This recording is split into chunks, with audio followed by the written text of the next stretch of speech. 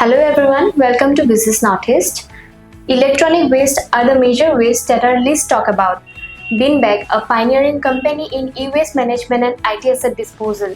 This company has not only worked for the disposition of waste but also recycling of the waste. So today we have with us a visionary entrepreneur and the founder of Binbag, Achitra Borgohain. Welcome to our show. Thank you. So first of all, I'd like to know what inspired you to start Binbag and how has the company has evolved starting from its inception? Okay. So I think the journey was a personal pain for me to get rid of my own electronic waste that we accumulate in our house. I had a computer, a laptop, some printers to dispose, and I could not find an easy, accessible way to get rid of that. So the first idea was to create a network of collection agents who you could call from via your WhatsApp, so that they will come and take away your e-waste. And that was the initial spark of the idea where we started. But over a period of time, as we saw that it's not just consumers; it's also companies that are struggling with disposal of e-waste. So yeah, I mean that was this initiation of the idea. But I think right now we have pivoted and moved more towards businesses, primarily because they have a stronger and stricter compliance needs, and secondly because they also give us a lot of volume, which justifies our cost of collection and recycling. So our journey started back in 2014. Prior to that, I had worked in the corporate sector for about 10 years. And then once I started facing a problem of my own to get rid of the e-waste, and I was looking for solutions that I could not find it in the market. So the journey started with collecting e-waste and junk door to door in my car. I was the sole founder of the company, and because I thought this is an experiment that I want to do, before saying that this is a startup, so I had left my full-time job and I started collecting waste door to door in my car. The way to reach out to customers was through a quick website that we had put. There were a few contacts and all that. We had said that, hey, if you want to get rid of your e-waste, you can contact us. Thankfully, we also got a bit of media coverage around that time, and we started it in Bangalore, by the way. So that media coverage helped us gain more customers who got to know about us.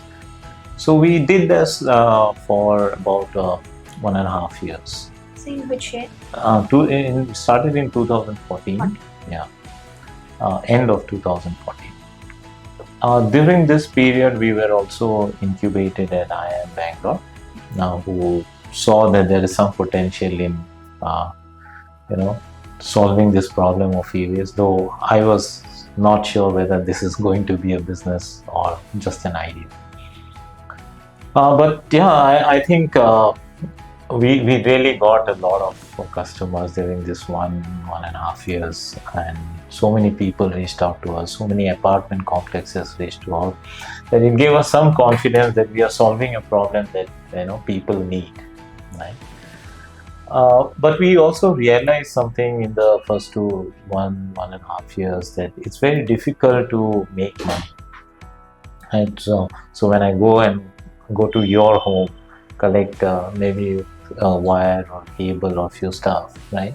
It's very difficult to make money by selling or processing them. And because we did not have our own recycling facility, we were giving it to other recyclers. So we were just a middleman making some margin, collecting from you, giving it. So, and whatever I understand of a startup or a business, right, you have to make money. Whether you are solving a social problem or you are solving any other problem, you need to make money. So that need for having a business model, drove us to pivot to a business side of e-waste disposal. So when I say business side, it's basically a B2B side, because what we saw was those companies had a stricter guidelines for disposal. So they definitely wanted an authorized recycler, number one. Number two, they also gave us bigger volumes, right? So when you give me bigger volumes, for me to send 2 people and a truck makes sense, right? So yeah, this couple of things combined together, we decided to move to a B2B side. That was around 2017, early 2017. And but that time we were still collecting from the companies and giving it to our other recyclers, authorized recyclers. And but we started working on the back end to have our own recycling facility. So in 2018, we set up our first recycling unit in Andhra Pradesh, very closer to Bangalore, but on the other side. So that was our first recycling unit, and that gave us really a boost to our how we were able to service our customers. Then in 2019, we were approached by ONGC to set up a recycling unit in Assam. As you might be aware, in Northeast does not have or at least did not have at that time, a single certified e-waste recycling facility. So, thanks to ONGC and the CSR program, we set up our first unit in Lokora, Guwahati. So that again gave us another boost to our, customers and how we were able to service, because one was presence in a place like Northeast and another was already closer to Bangalore. So yeah, put this together, I think by 2020 we were working with over 200 customers, B2B customers, and yeah, I think that was the inflection point for us, where we knew that we are doing something that the market needs. And then since then, hopefully, thankfully, we've been growing year on year, not only in terms of revenues but also in adding newer and newer customers. So that is our quick journey.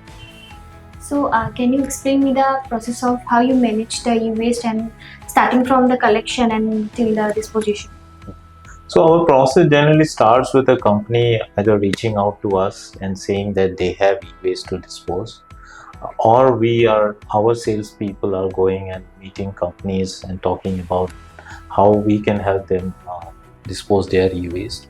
So that is the starting of the process. The next step is generally getting their list of assets that they have or they want to dispose, which we evaluate through a physical verification. We go to the company, we understand what kind of e-waste they have and what would be the logistical challenges or logistical needs for that. And once we give them a quotation for picking up the waste and that is approved, we bring it to our recycling plant. In our recycling plant, it goes through various processes. This primarily starts with sorting and segregation. You separate plastic separately, metal separately, or let's say computers in terms of laptops, what can be reused. Not everything needs to be recycled, right?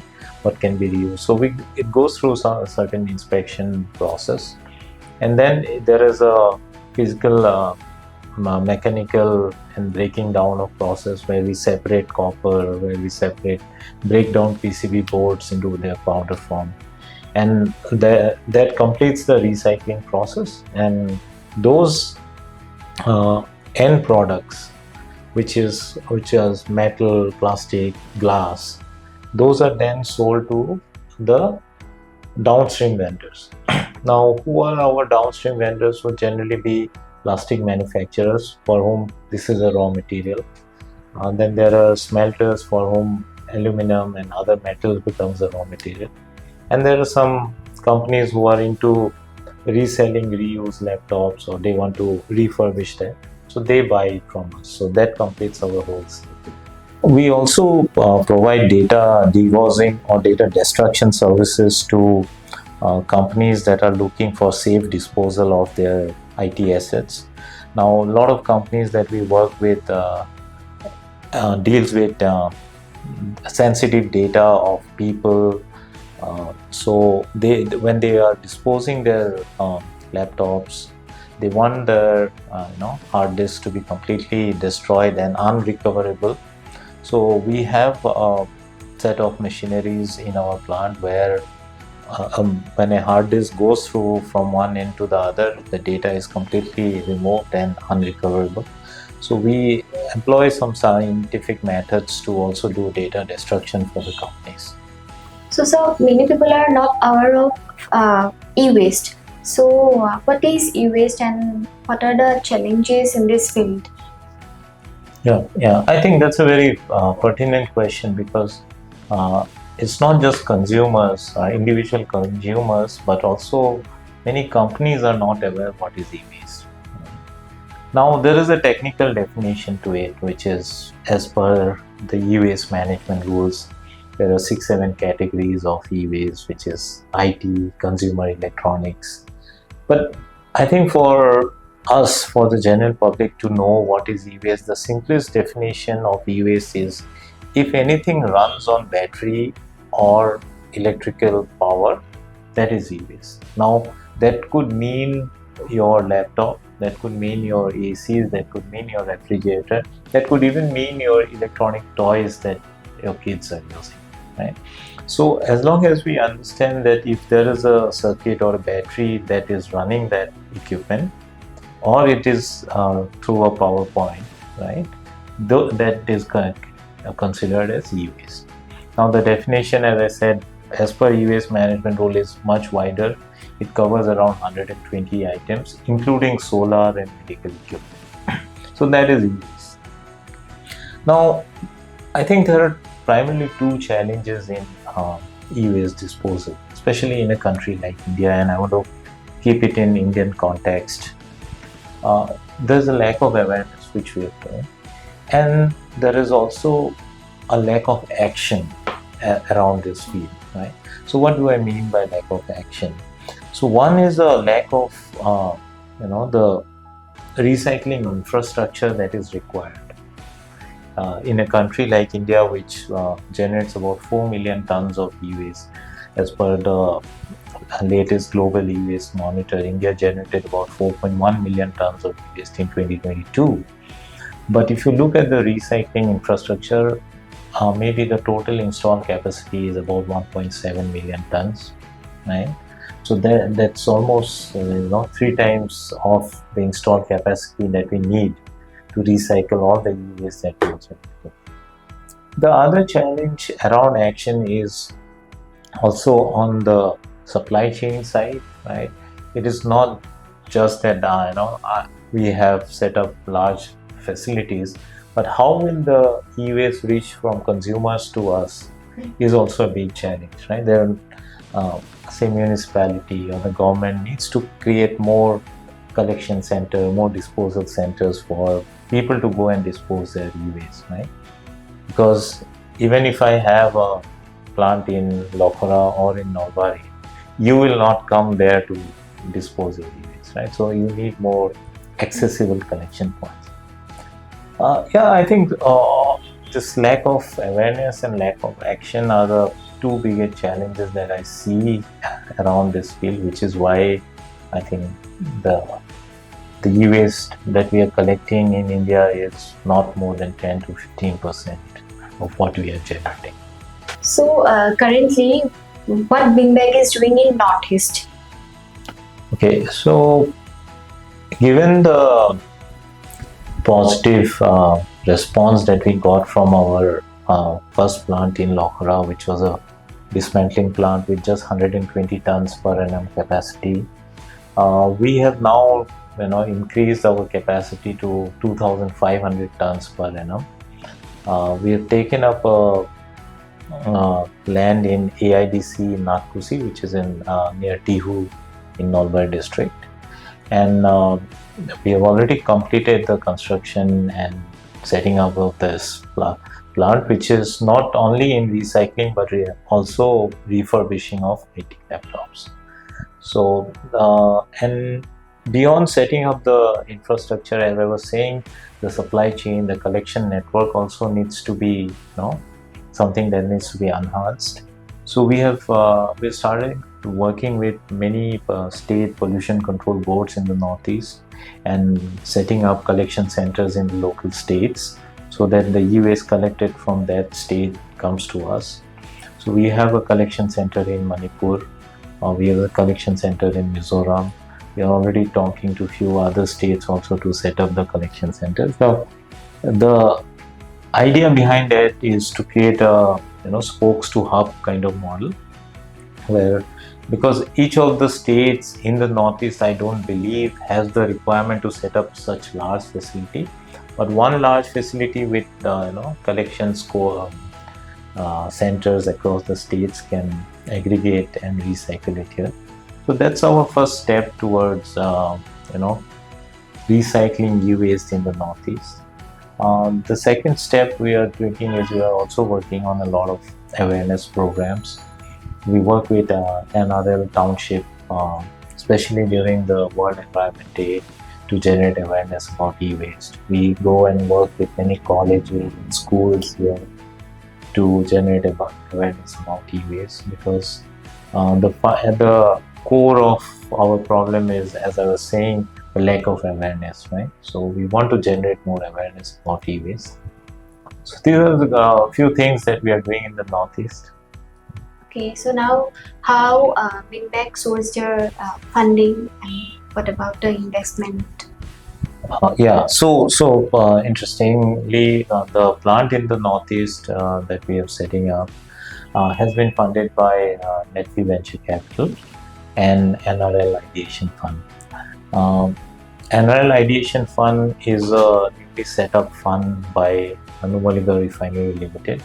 So they have set up an angel fund through which we have received funding, and Netflix, of course, is one of the most reputed venture funds in India and the only one in the Northeast.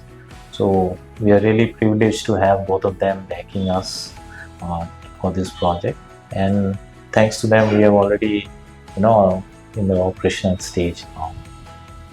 So what are the upcoming plans of Binbag, and are you planning to expand your market in other areas as well? Yeah, definitely. I think first our plan is, we are of course present in Bangalore, and here a more strong, I would say a stronger presence. But our customers, when I say about 200 customers, they are spread across from Jammu and Kashmir to almost Kanyakumari, and from Ahmedabad to Assam. So we have a customer base, but we definitely want to increase our presence by setting up more recycling facilities, at least in the top 4 or 5 regions in India. This could be in the west one, right? Could be Ahmedabad. Then we could look at Mumbai, Pune region. We can look up something in the north. So that's something that is, we have a plan. Let's see how it goes. And so that's in the e-waste domain. But we also want to go in the adjacent areas like battery recycling, especially lithium-ion battery recycling is not only just a huge opportunity, it's also becoming a growing concern, right? As you might be aware, EV and has become it has been massively adopted now, especially with a lot of two-wheeler manufacturers coming in big time. So I think at least in the next 4 to 5 years, battery recycling will become a huge opportunity, and we want to be ready by the time that opportunity becomes big. So we are looking at even battery recycling as well. So these are a few things that we are planning as of now. Thank you so much, sir, for giving us your valuable time. Hope you reach miles. Thank you, viewers. Keep watching Business Northeast.